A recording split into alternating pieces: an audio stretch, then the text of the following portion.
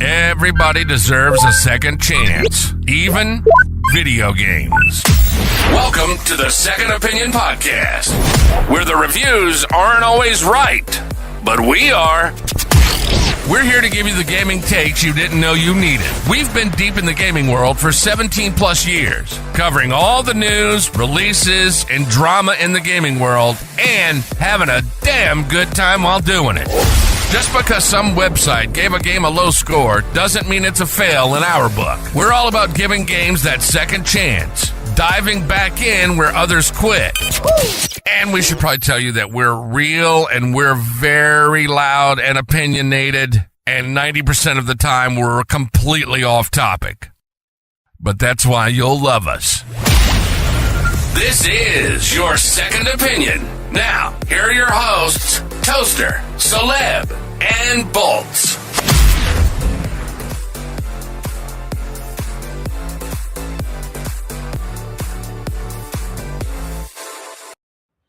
Hey, what's up, guys? Welcome back to another episode of the Second Opinion Podcast.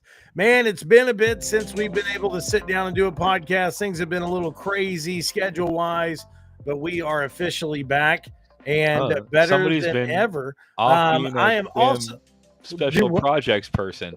Do what? I said somebody's been too busy flying all over the goddamn country, going to do cool shit. Yeah. Like, hey, I gotta go play this top secret game. It's been crazy since California Summer Game Fest. Whenever we came back, we had some other stuff happen, some personal stuff dealing with that, and then had the opportunity of flying out back to California again for another amazing opportunity, which we'll have some more news from that soon. And there's a possibility of another opportunity coming up very soon. So be on the lookout for that. But with that being said, joined by the bald bearded brigade, Toaster McGee, how you doing? Not bad. Not too bad. Also joined by Bolts. I love the green light and the N7 logo on the back. Dude, I've had this logo for like the past, I don't know how many episodes we've done, and that's the first time you've said something about it. So I'm so sorry. It's because anytime we bring up N7, we start thinking about Mass Effect, and then we get sad because there has been no new Mass Effect news.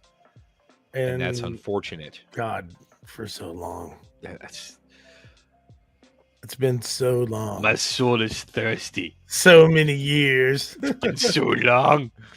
Oh, man. But we've got a pretty special episode today. We're going to share a lot of heated opinions that you may or may not like. So this is a warning ahead of time. Tune in now or tune out. So first and foremost, we're going to talk about what we've been gaming, and starting with you, Bolts. What have we been gaming recently?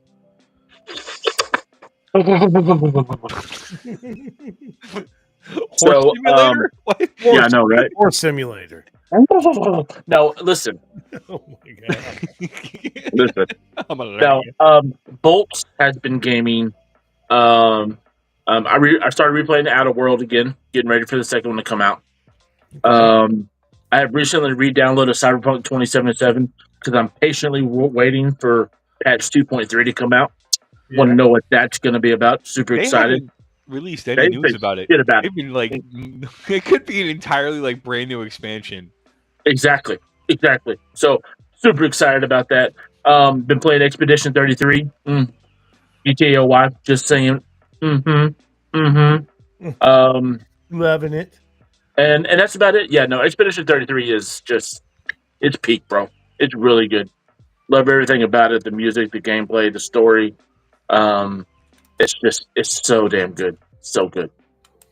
All right. Awesome, man. Well, Mr. Toaster, what are you gaming? So actually, I've been having a bit of gaming ADD lately. I have spent some time on Assassin's Creed Shadows still. Started playing Blasphemous 2, but I'm fucking stuck. And holy shit, is that game hard?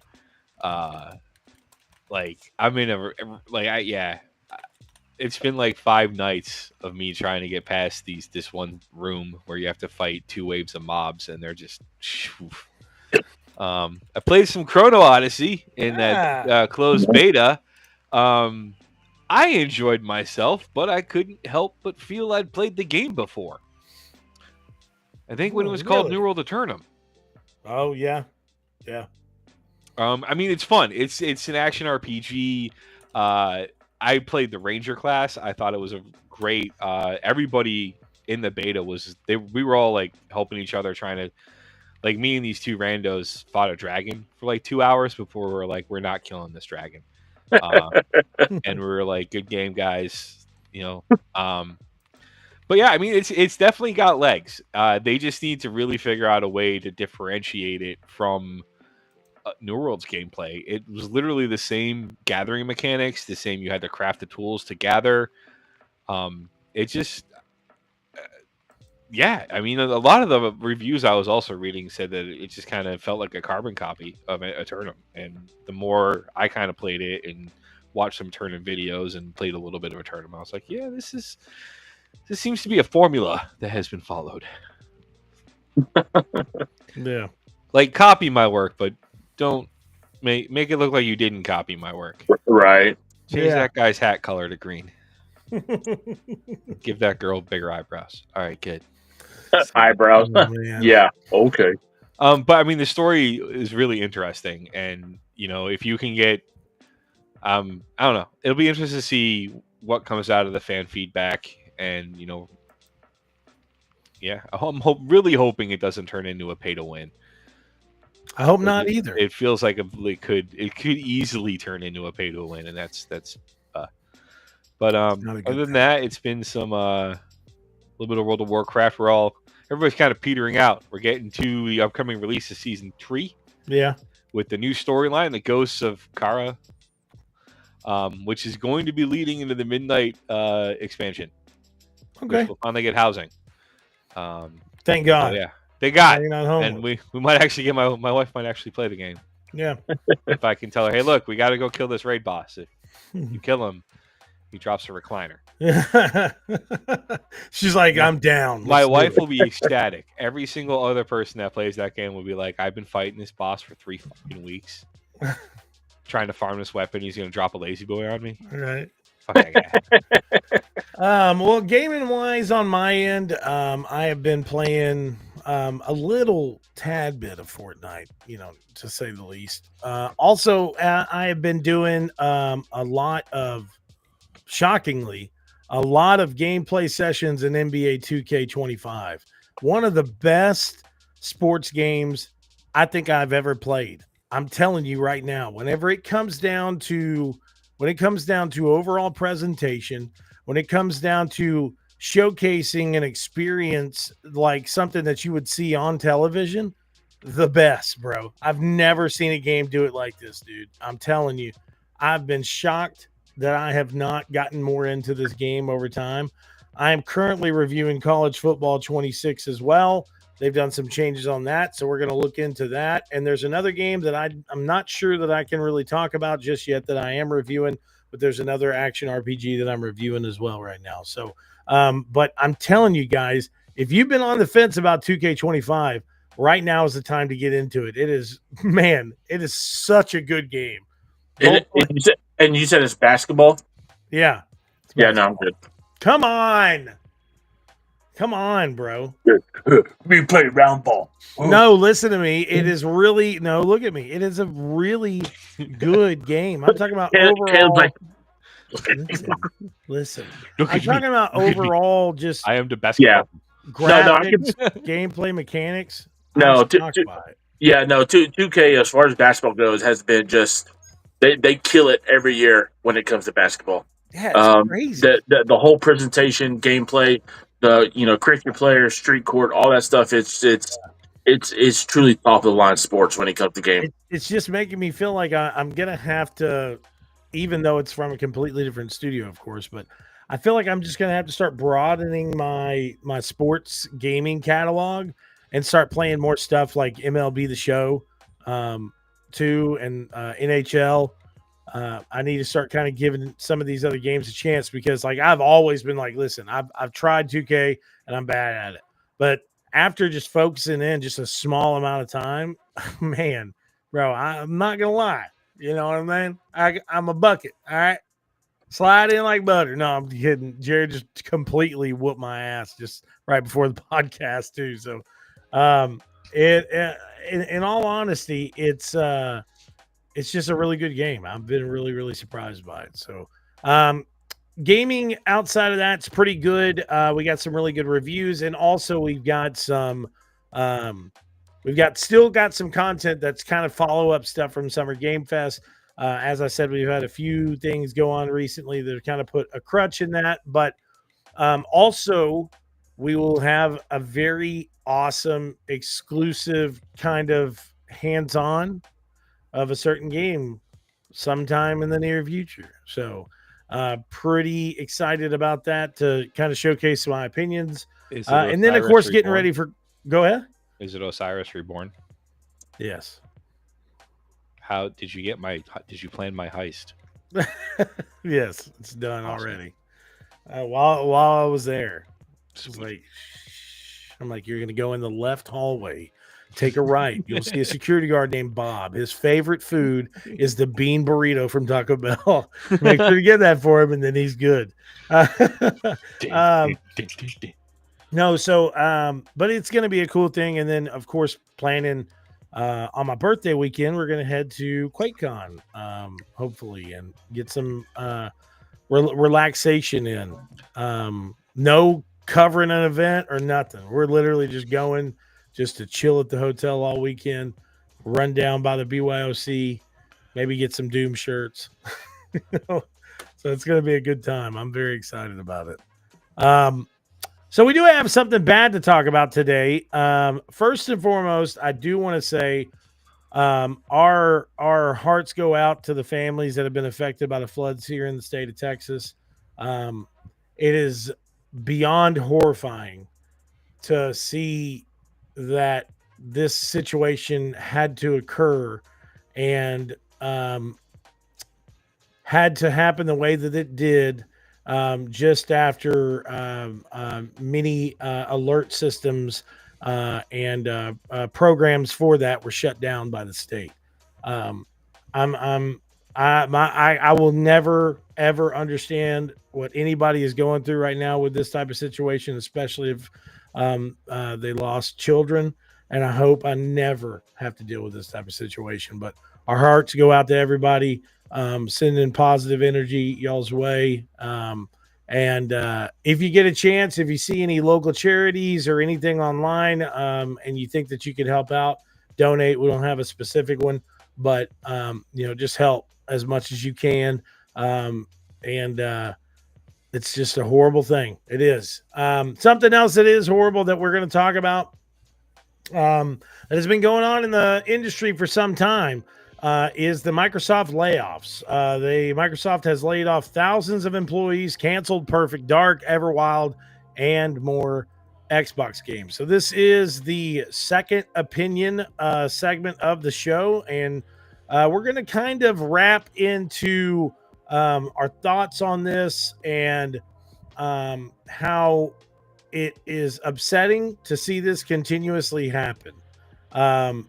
So I couldn't state this. I do know that from information stated, and I think altogether since the beginning of 2025, there's been a total of 15,000 employees that have been fired by Microsoft. There's multiple. I know originally, whenever these layoffs first started happening, Microsoft was stating that it was due to positions already being filled. Having the same, kind of carbon copy positions and not really having placement for them. But then now, this is just wild, dude. One of the craziest things too is one of the games. It is important to note, though, And I am not by any means supporting this move that they have done. But it's not just the gaming side of the things. A whole slew of people got laid off across a whole bunch of different Microsoft, and it's so. I mean, I think we see it more prevalent because gaming media puts it out there.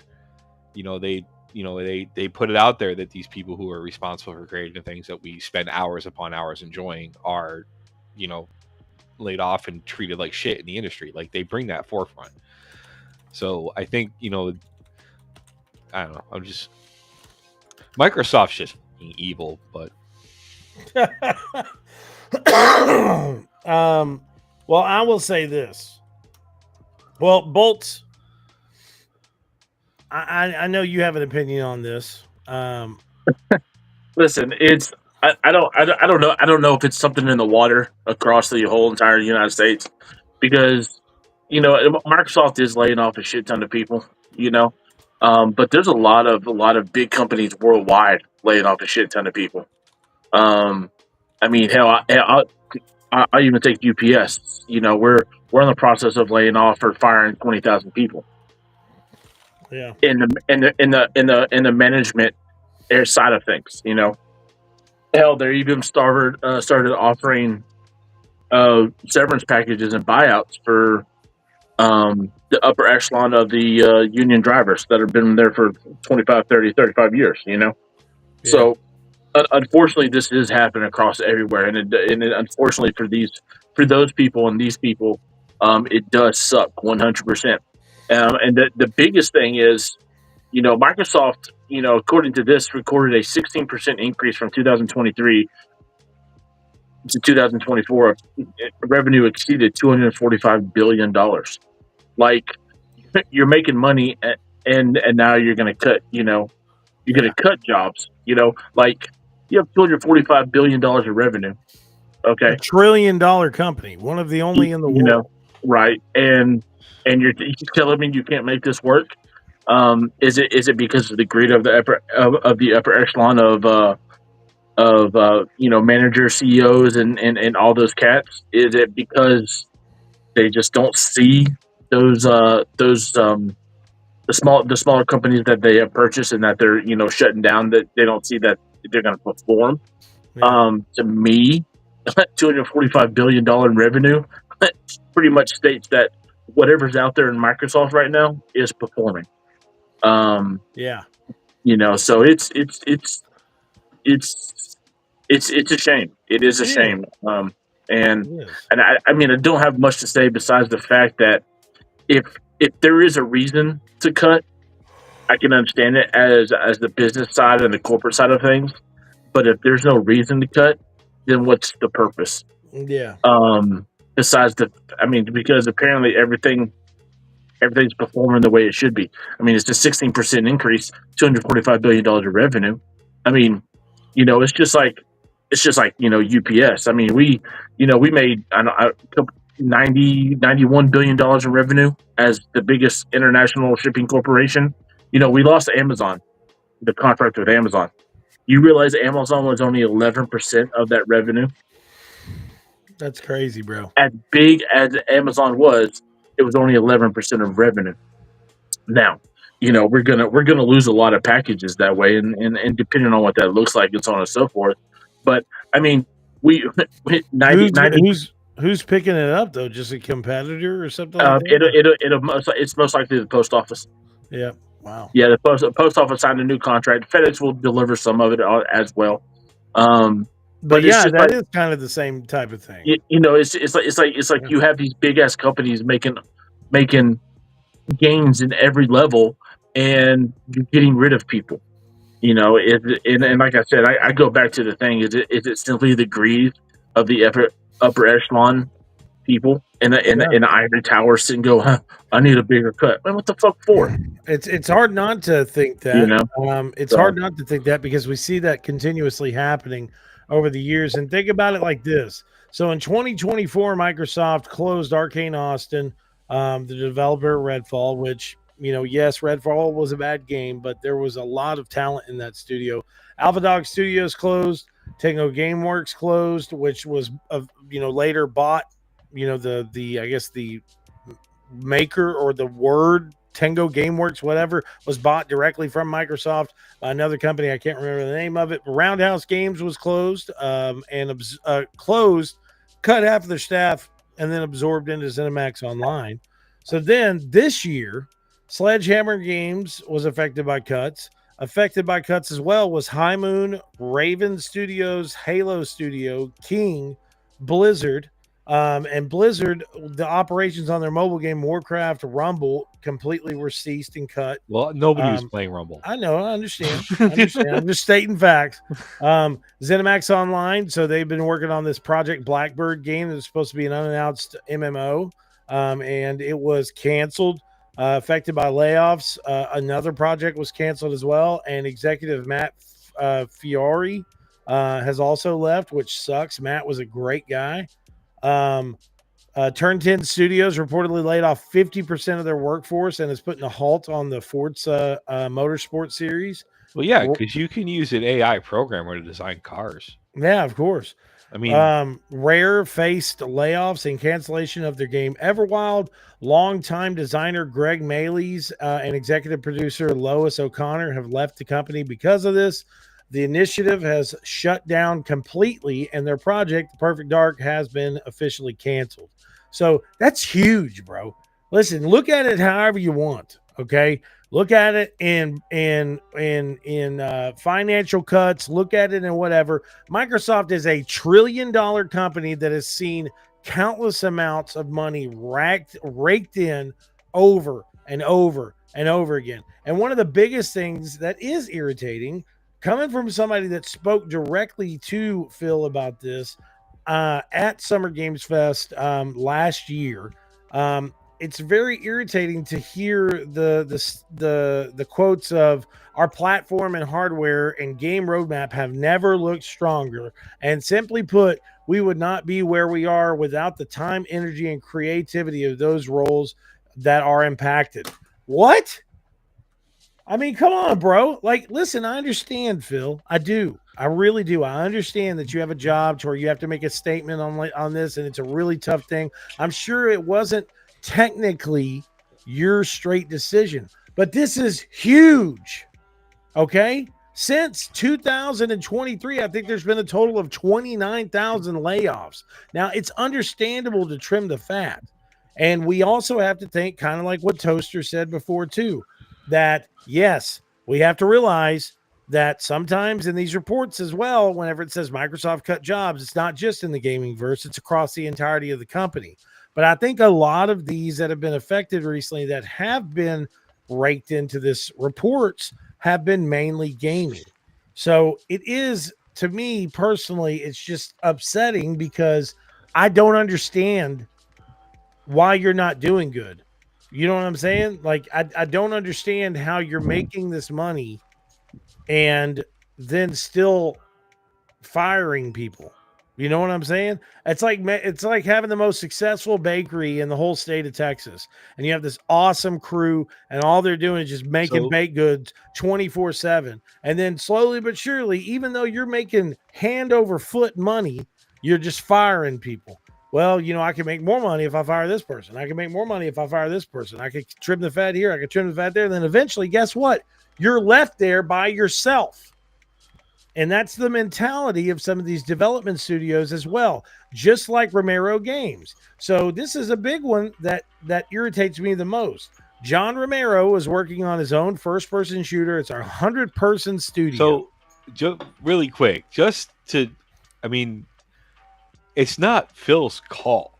No, listen, it's not Phil's call, but he is like the man on the totem pole on their org chart. Okay, but you have to think there is a triple head snake that is up there constantly being the face of Microsoft.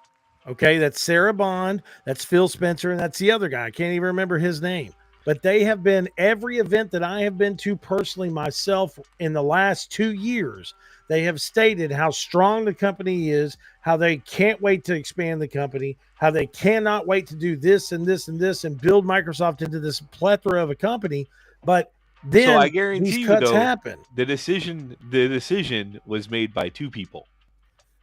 Judson Althoff, who's the Executive Vice President and Chief Commercial Officer responsible for global commercial business. Yes. And Amy Hood, Executive Vice President and Chief Financial Officer overseeing the company's financial strategy and operations. Maybe that is the case. Maybe it was just both of and them. then Satya had to sign off on it. But at the same time, though, I'm sure these meetings are not just something that they're just doing in secret and Phil has no say on it.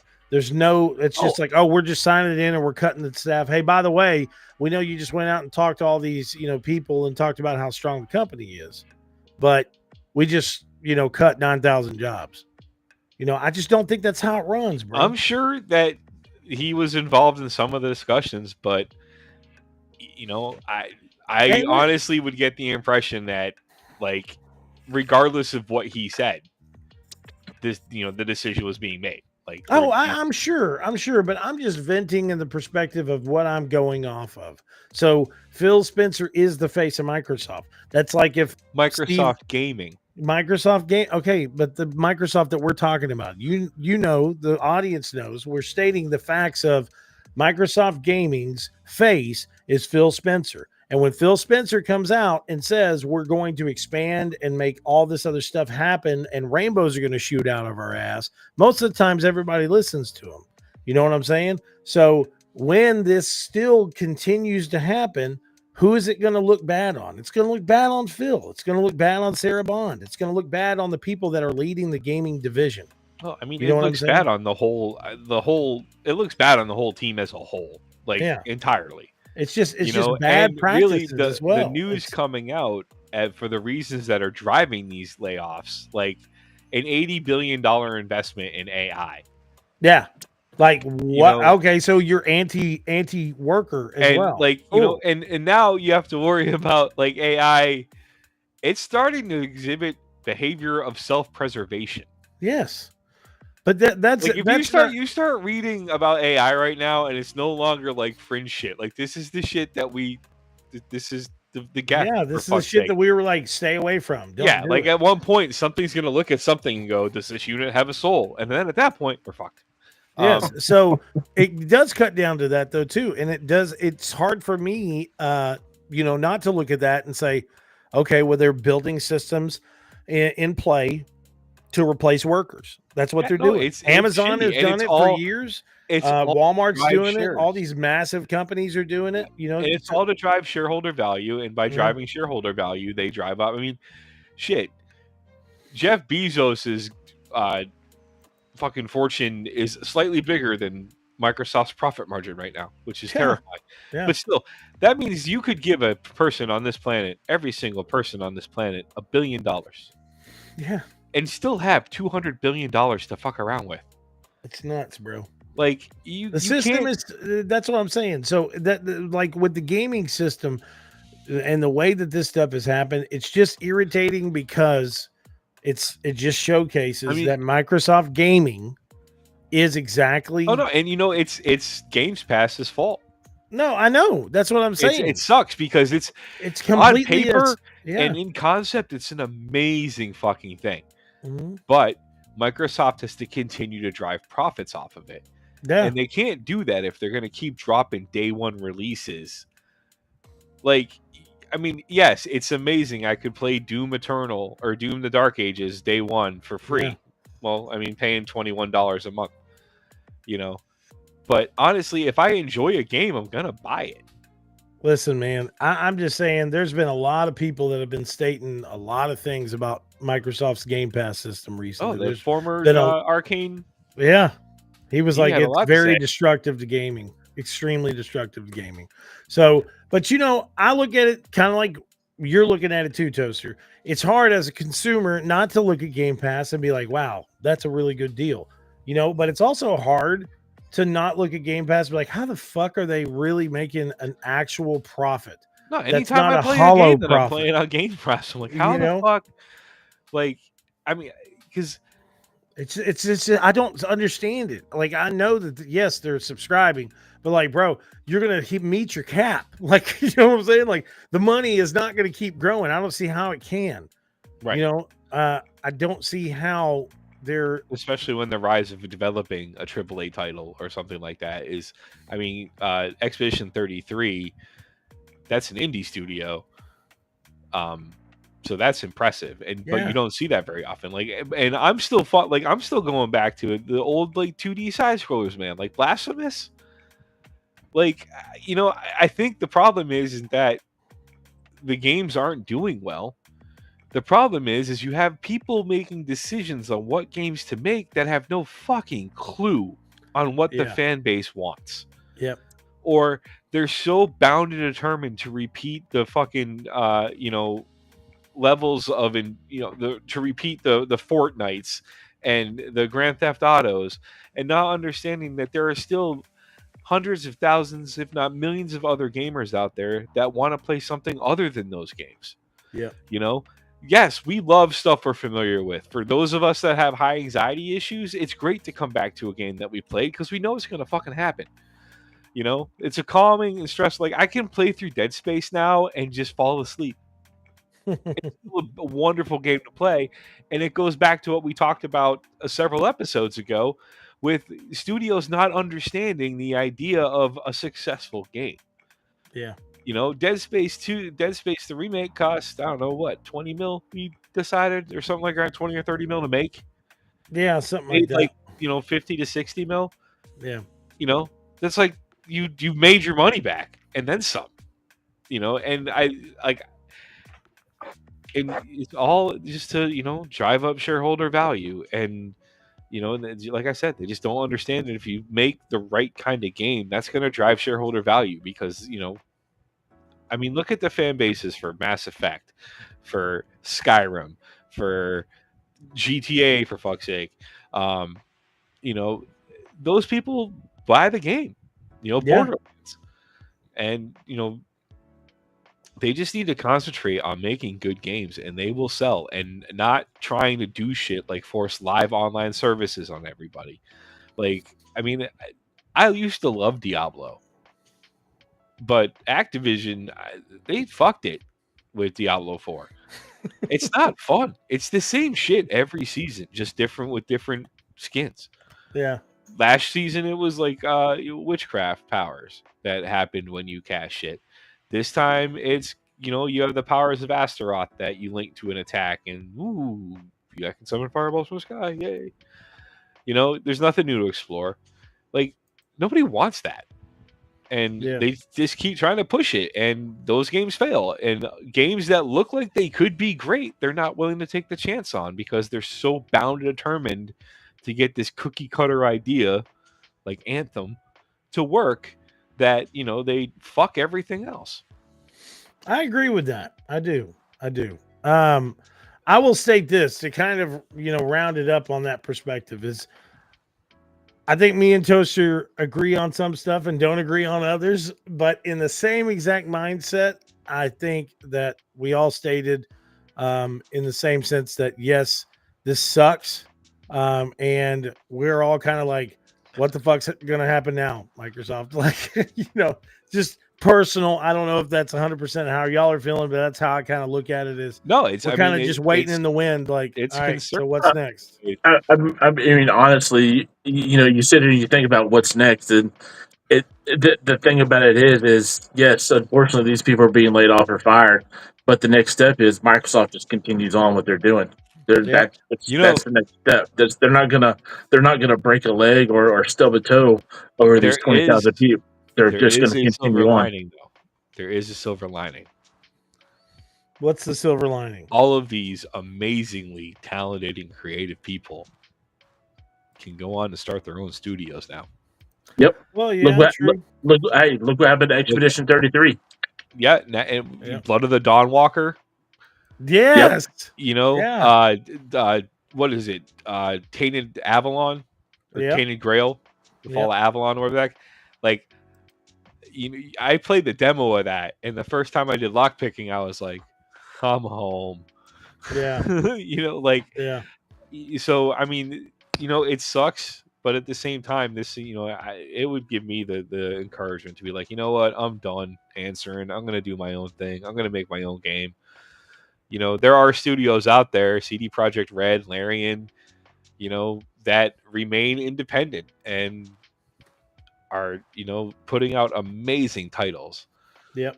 It's just, so hopefully I think maybe that's something that we're going to see a massive kind of push with is people are just going to get sick of it and say, okay, well, we're just going to start our own studio and then go through third-party publishing. Yeah, but then once again, it's how you take it because, Expedition 33, I mean, it's free on Game Pass. So the only people buying it are the people, that are playing it on PlayStation. Yeah. Well, see, so that's my thing. That's what I want to know. That's the type of facts that I need to see. If a game gets put on Game Pass, like how does this developer make money? Probably a contract negotiation for there has to be profits from Game Pass. Yeah, because I was gonna say as of like February 2024 was the last time they did it. There was like 34 million subscribers to Game Pass, and that's the core and the ultimate combined. That's so crazy. You take an average of $20 for that for 34 million. That's $680 million a year in just revenue. So that's $180 million a year, and that was in 2024. So you can probably say, what's that? In 2024, Xbox Game Pass generated an estimated $5.5 billion. Jesus fuck. In revenue. There you go. Crazy, bro. That's crazy. So there's where your money goes to all these people who put these games on Game Pass, and it flutters off to everybody else because it's just like Call of Duty. Call of Duty was free on Game Pass. I wouldn't have bought all the seasons if I had to pay for the game. I could probably tell you that. So you know what? That's so true, bro. It's just like Fortnite. Fortnite's free, and everybody's putting all these little bagel bucks in there and just dropping shitloads of cash for to be a stormtrooper. I mean, it's just how it is, dude. Yeah. Fucking Destiny got me with that shit, dude. I am totally walking around in the scout armor. There you go. All right. So real quick, Helldivers 2 is airdropping into Xbox Series X and S this August. So after a long time of the community coming out and about and saying, man, we've got to get some help from the Xbox team, man. We've got to. Finally, it has been announced that the game is coming August 26th. I'm very excited about this, and I can only hope that Arrowhead works with Microsoft and gets some Halo DLC up in here. I want to see some ODST armor. I think it would be so effing cool. It's right there. Yeah, I know. It's basically the same thing. But it just doesn't have the Master Chief COD piece. I want to see it a little bit closer. But I'm very excited about this. I think it's a really cool move for PlayStation Arrowhead to bring it over especially because there's been such a community outcry of bringing this game to Xbox. Toast, are you planning on checking out Helldivers 2? No. I tried it, and I just can't. I can't. It's because you're not set up with the right team. Okay? I'm not going to put myself in a PvE situation where other people are relying on me, and I got to basically do the fucking Dark Metamorphosis command from Symphony of the Night every time I want to get like a rocket launcher. You got to. Any of you who played Symphony of the Night, you know the Dark Metamorphosis fucking button combination is stupidly dumb hard. Okay, well, Bolt, are you going to get it? You going to play it on Xbox? Most likely, yes. Yes, my guy. Is it a 3-person squad? Huh? Is it a 3-person squad? It's a 4-person squad. Oh, so we would need a 4th. I already got a 4th. All right. Her name is Dora Potato. Yes. We got to do so your wife can make fun of my shooter skills. Yes. That's awesome. I can't we have to do this. Yeah, so I'm very excited about that. And I'm also excited to see finally Ghost of Yōtei gameplay. It starts tomorrow, or actually, I'm sorry, it starts on Thursday. There's going to be 20 minutes of gameplay showcased. I am so fucking excited to see more of this, man. I can't wait. Toaster, are you excited about this game? I'm excited for the game, and that's a reason why I'm not going to watch the gameplay reveal. You fucking. That's a good man, Toaster. That's a good man, Toast. It's awesome to see the trailer and to see the brief snippets of gameplay. But the thing for me that makes these type of games so fucking amazing to play is the exploration and the sense of like just going out and finding new shit and not knowing anything about what you're going to run into. Yeah. You know, let me know the mechanics, let me know how to use my controller, and that's it. And then let me go and let me enjoy the game without being like, oh yeah, I saw this in the trailer. You know, like, or I saw this in the gameplay mechanics. I saw this in the gameplay deep dive, or right, or you know, like they don't show any spoilers, but still, even like the small stuff is all part of enjoying the greater experience of the game. Like I appreciate them taking the time to be like, this is what it does. You can show it off, but you know what? You guys had me at Ghost of Tsushima. Yeah, yeah. What about you, Bolts? Well, you got rid of your PlayStation.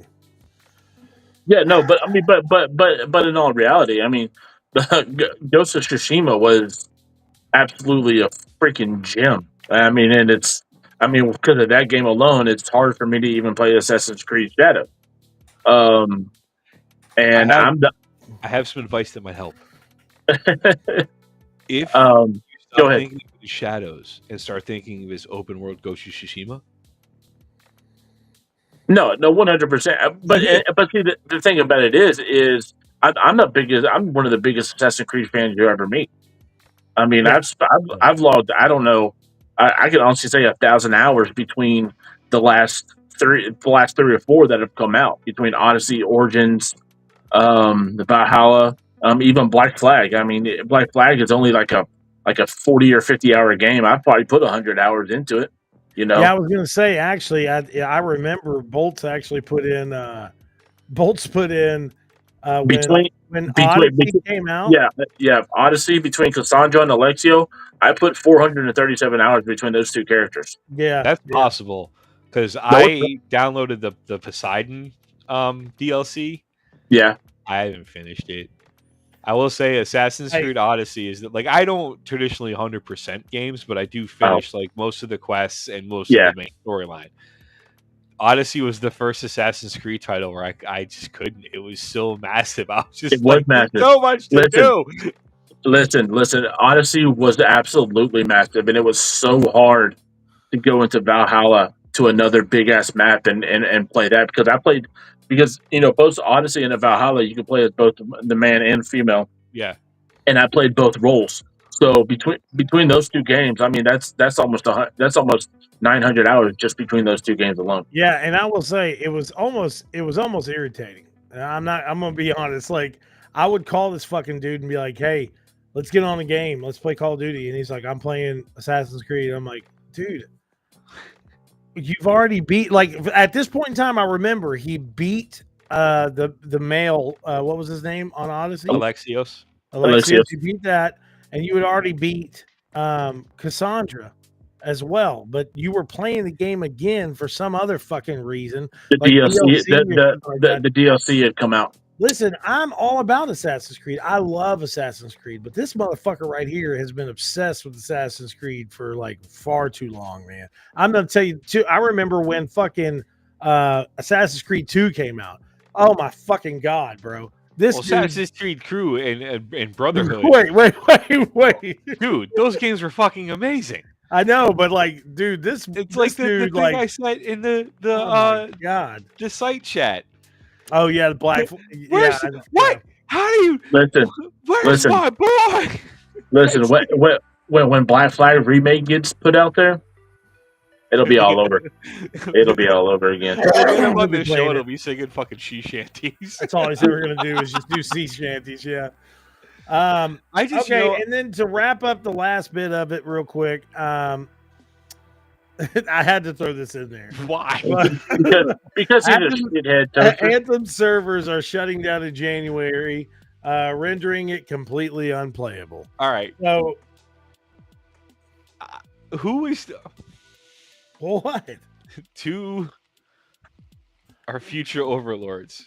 Hey, Gemini. Please. People are still playing. Yes, why are people still playing? Look, that's it for real. It's very confusing. It is. Listen. I was one of the biggest haters on Anthem when it first came out, and I played it like maybe 13 and a half minutes, and I just couldn't get into it. But man, if they could have somehow, some way have fixed that game, I don't know which way they could have gone in any direction or whatever. It could have been halfway. It could have been halfway decent. Supposedly, Anthem still has 8,129,861. They do. Listen. I scroll through TikTok all the time, and I'm seeing people stream Anthem all the time. Bullshit. All the time. 100%, bro. No fucking way, bro. Daily player count of 14,674. What? Get you some of that. I don't even know what to say to that. That is nuts. How you like one now? It says EA has reported, and as well as Steam, that it suggests that around 10,000 to 20,000 players still play daily. You got to be fucking joking. That is crazy to me, bro. Okay. All right. So wait. For comparison, all right. The total supposed World of Warcraft player base is 164 million. Yes, I understand, but I'm still. I mean, you got to think. Like player is 1.2 mil a day. But I am still baffled that Anthem somehow has 8 million subscribers. Yeah, like okay, but is it free? I don't know. I'm very, very shocked. Either way, but still, Anthem in general would have been a really great game. I feel like it was one of those first games that I remember seeing the full gameplay at E3 2018, and it looked so good, bro. Like, it looked so good. I was like, holy shit, this is the Iron Man game we've been fucking waiting for, baby. Yeah, I can't wait. I was so excited.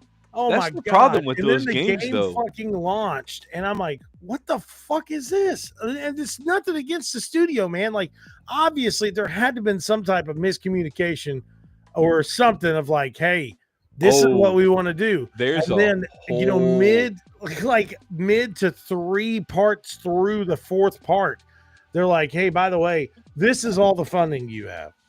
You know, you can only do this. Dude, there's an entire, like, I think Game Informer had the article. Yeah, they did a big write-up back in the day, and it was like they had people pulled away from the team. They were forced to use an engine that nobody on the Anthem team knew how to use because it was the engine they were using for like the soccer game or the football game, depending on where you're talking about the dice engine. Yeah. And I mean, but this is like these games have a history of this kind of like Anthem did it. What was it? Outriders. Simpsons did it. The Simpsons did it. Yeah. I'm talking about like these like super like looter shooter type games that come out. You had to throw the Simpsons in there.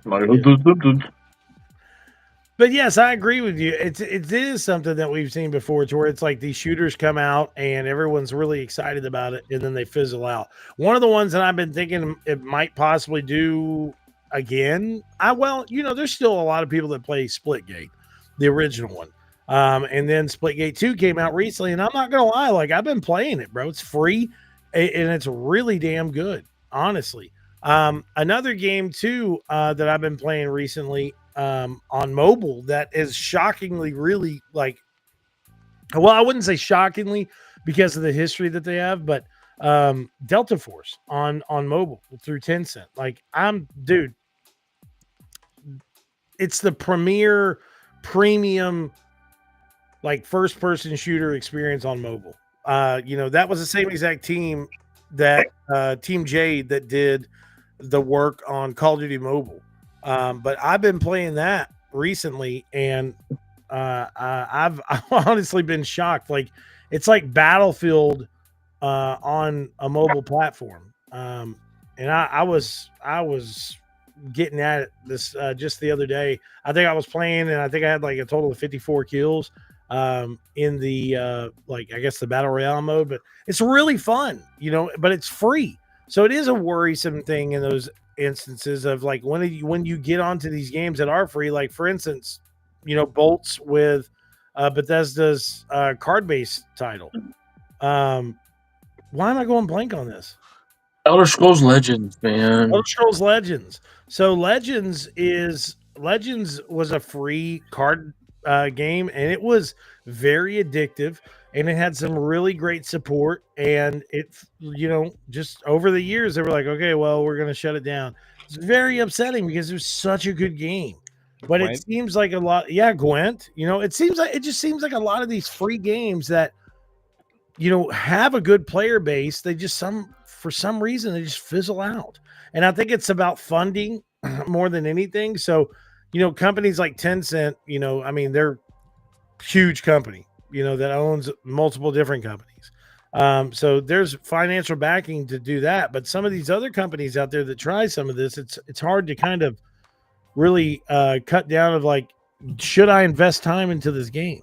Hey, I will say this, going back to Elder Scrolls Legend, I think one of their biggest things was they released updates and expansions and stuff like that for like Morrowind, Oblivion, like it was all based EOS and like stuff like that, and the decks were based off those video games. But even in those worlds, you only have so many limited characters that you can throw in there from the world that you're well known. Now, I will say with like Hearthstone, which is done by Blizzard, they pull all of Blizzard's games into that card game. Uh-huh. Like you can create a StarCraft deck if you wanted to. If somehow, some way, Elder Scrolls could, or Bethesda or Sparky Pants and stuff like that could have pulled in other worlds. Oh, that would have been like Fallout or something. Fallout, exactly. That's how they could have kept it going, but at that point in time, I don't think they were ready to keep up with whatever else is out there because Magic the Gathering started coming online a little bit, and really kicking up. Hearthstone was already there, just blowing up like left and right. So, dude, Tencent owns a lot. They own a lot of things, bro. Funcom, Layo, Athlon Games, Digital Extremes, Splash Damage. Yeah. Riot Games, Shark Mob, Sumo Group, Grinding Gear Games. So that's your Path to Exile. Yeah. Visual Arts, Turtle Rock Studios, Wake Up Interactive, Valhalla Game Studio. Is that? No. Okay, that's not Enshrouded. Inflexion Games, Fulcrum Publishing, Techland, Tequila Works. Yeah. Clay Entertainment, or Clea. Techland. Yep. Clitoris. What is Techland? Dead Island, Cala Juarez, Dying Light. Yes, what hush. That's 10 Chambers Collective, Jaeger Development, Fat Shark, Mini Clip, Supercell, Don't Nod, Pocket Games, Shift Up, Epic Games, Ubisoft, Bloober Team, Marvelous, C Limited. That's what I'm saying, bro. Wait, I'm not done yet. Netmarble, From Software, Remedy Entertainment, Crafton, who now owns Tango Works. Yeah. Kakao, Paradox Interactive, Frontier Developments, and the Katakawa Corporation. And they also own like 40% stock or 35% stock in Epic Games. They also own Discord, Roblox, Platinum Games, Riff Raff Games. They own everything. They're worse than... You can just keep scrolling on their wiki page. It's just like it won't stop. Holy shit. They're a massive company, man. That's what I'm saying. So it's like you got funds to make your free game work. And that is one thing that I will say that I think I've come to learn about Tencent. They want to make like free games that are the same type of experience as a AAA game, something that you would pay $80 for. So but anyways, all right, guys. Second Opinion Podcast is time. Now that we wasted 30 minutes listing off all of their studios. Yeah. The last 30 minutes of the podcast is sponsored by Tencent. Oh, man. We're going to get a cease and desist. We're not sponsored by Tencent. Okay, let me say that. We are not. Bolts, thank you so much for showing up on the show today with your sponsored by Trojan. Oh, sorry. Hey, no, thank you for having me on your show again, sir. Shut up. Fucking co-host, bitch. Bolts was so right, too. Well, no, I did better. I did better on the show notes. I got them to y'all by 3 o'clock today. Fucking told you, Toaster. Bolts was like, hey, Bolts was like, we won't see the show notes until 7:30, right before the show starts. I'm like, yeah. I know we actually had time to read the articles so we could actually have a discourse. Yeah. Yes. And we had a good one. Please make sure to comment, like, and subscribe. Check us out on cinelinks.com. And of course, make sure to check us out all over the place. We're on Apple, iTunes, we're on Spotify, we're on all the podcast places. And please make sure to follow Toaster as well. Most of the times he always streams it over on his Twitch. So make sure to follow him on twitch.tv. Also, don't forget our OnlyFans, 3 guys in a podcast. 3 guys in a podcast. The triple Bs. Hope you're ready. And by the way, I haven't released it yet, but I did make an album art with our faces. Oh, did you? Yeah. Toaster, like, we sent close-up pictures of each other, and Toaster was like, "This is perfect for like the front of an album," and I'm like, "What's happening?" Great. Yeah. Get ready. You're going to be front and center on the next episode. Nice. But anyways, love you guys so much. Thanks for tuning in, and please make sure to comment, like, and subscribe, and we'll talk to you soon. Peace out. Later, everybody.